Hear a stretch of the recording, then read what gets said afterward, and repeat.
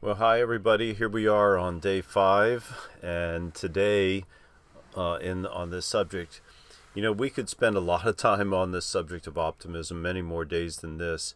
But today we're going to focus on one of the foundations of optimism, and that is what we look forward to in the future. So, how many of us have asked our child, or maybe just a child that we've met, or a friend of a friend, what do you want to be when you grow up? Depending on the age of the child, you can get a real wide range of answers. One child answered, "I want to be a paleontologist astronaut that goes to the moon and play soccer." That was a real answer from a 5-year-old. Or you may get from a teen a typical answer of "I don't know yet," or they may name, if they're even a little bit older, they may name off 2 or 3 totally unrelated careers because they really just don't know. But when we ask a question about the future, what we are really asking the child to do is to look forward, to have something to hope for beyond today.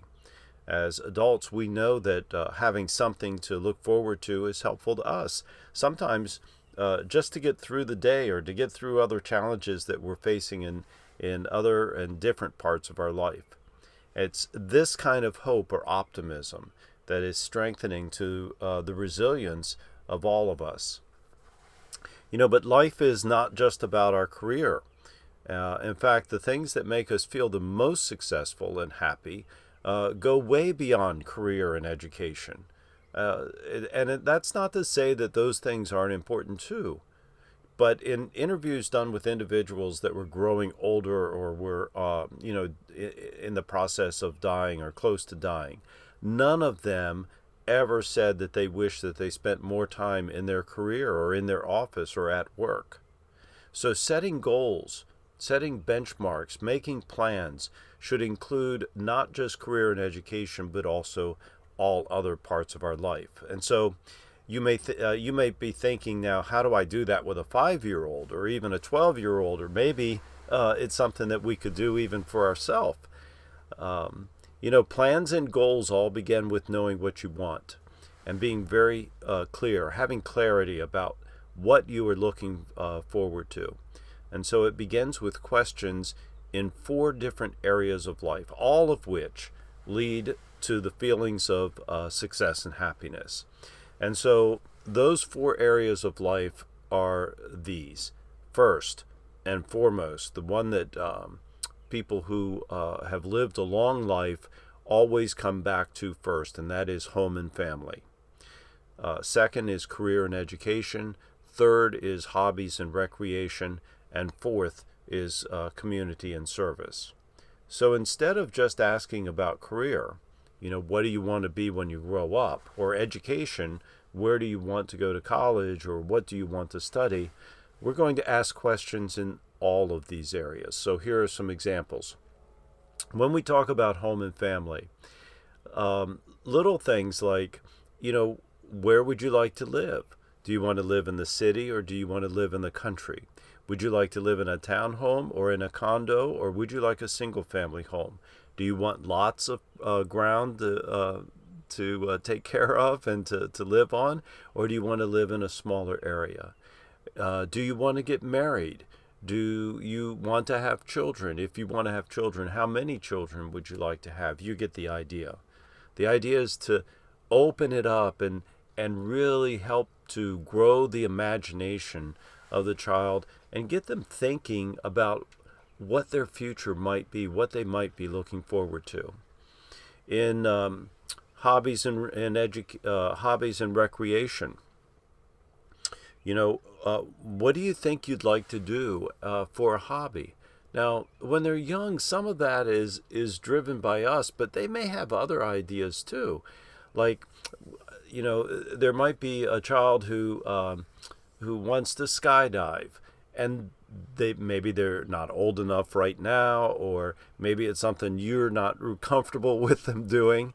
So sometimes even with older kids, we'll say, what's something that you would like to do in the future as a hobby that maybe your parents won't let you do right now?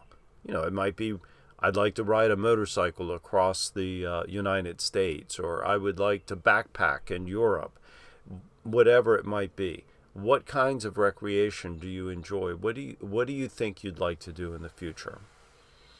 In community and service, in that area of our life, ask, because we know that people who are able to share with others, who are able to give their time or treasure or their talent to help others, it does bring a great deal of satisfaction. And that's really what we're aiming for here, is for our child to grow up and to feel successful and happy.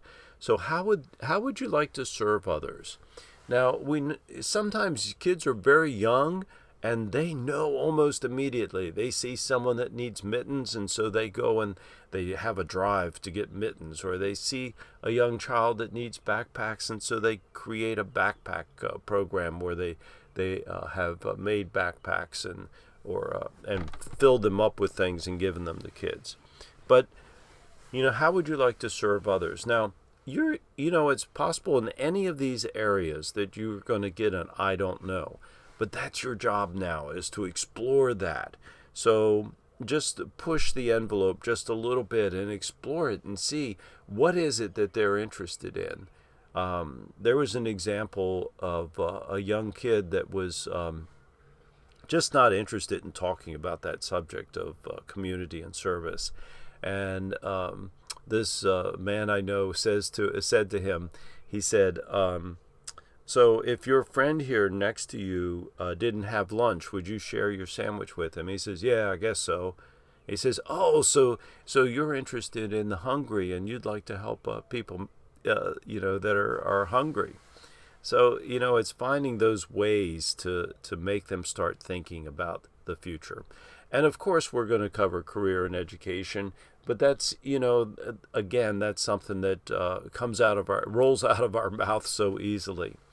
So when we talk about these kinds of questions, this is not a every night kind of question. It's not an interrogation. We're not trying to put them through a set way of doing this, but once or twice a year, and in general conversation, asking these kinds of questions gives you insight into what they hope for, and it gives them something that they've articulated about the future. And if they are unable to articulate what their future is looking like, then it's very likely that they don't have a complete sense of hope. And one more thing to remember is that we must be detached completely from their answers. If you discount their answers as not real, like playing soccer on the moon, you can't do that. You've just broken that feeling of optimism. You've broken that feeling of hope for that child. So you may want to practice some of this on yourself. I don't know. I think about these things from time to time. And just knowing that we're working to be able to go on that special vacation, or that we're working towards taking up a new hobby or serving others in a bigger way than we thought that we could, can help us get through those days that are so rote and seem to repeat themselves over and over again, and that we're not as inspired by as maybe we used to. I hope you found some nuggets in this training for the past 5 days to help your children grow their optimism. Many of the things that we talked about are transferable to other virtues too. And so I'd like to add one more thought, and it may not sound like what we've been talking about in the past 5 days or how you feel right now, but don't try too hard. Just be purposeful, interested, and know what you value the most for your family. Because when we push our kids too hard about being the best or being successful or feeling successful, they lose the opportunity to find themselves as they were working so hard just to please us, their parents, their teachers, and other adults in their life. So our job is to coach them, to mentor them, to bring out of them their personal very best. So leave some comments below, questions, suggestions in the comment area. Remember, this is a group for parents that are all trying to bring out the best in their children. So support each other by asking and answering questions from each other. Each of you have a wisdom from your own experiences. Share it with others, and you will receive the same from them. I want to honor each one of you for sticking with us here for all 5 days and for your commitment to your children and your family. Let me know how I can support you further, and until next time, keep practicing just right parenting.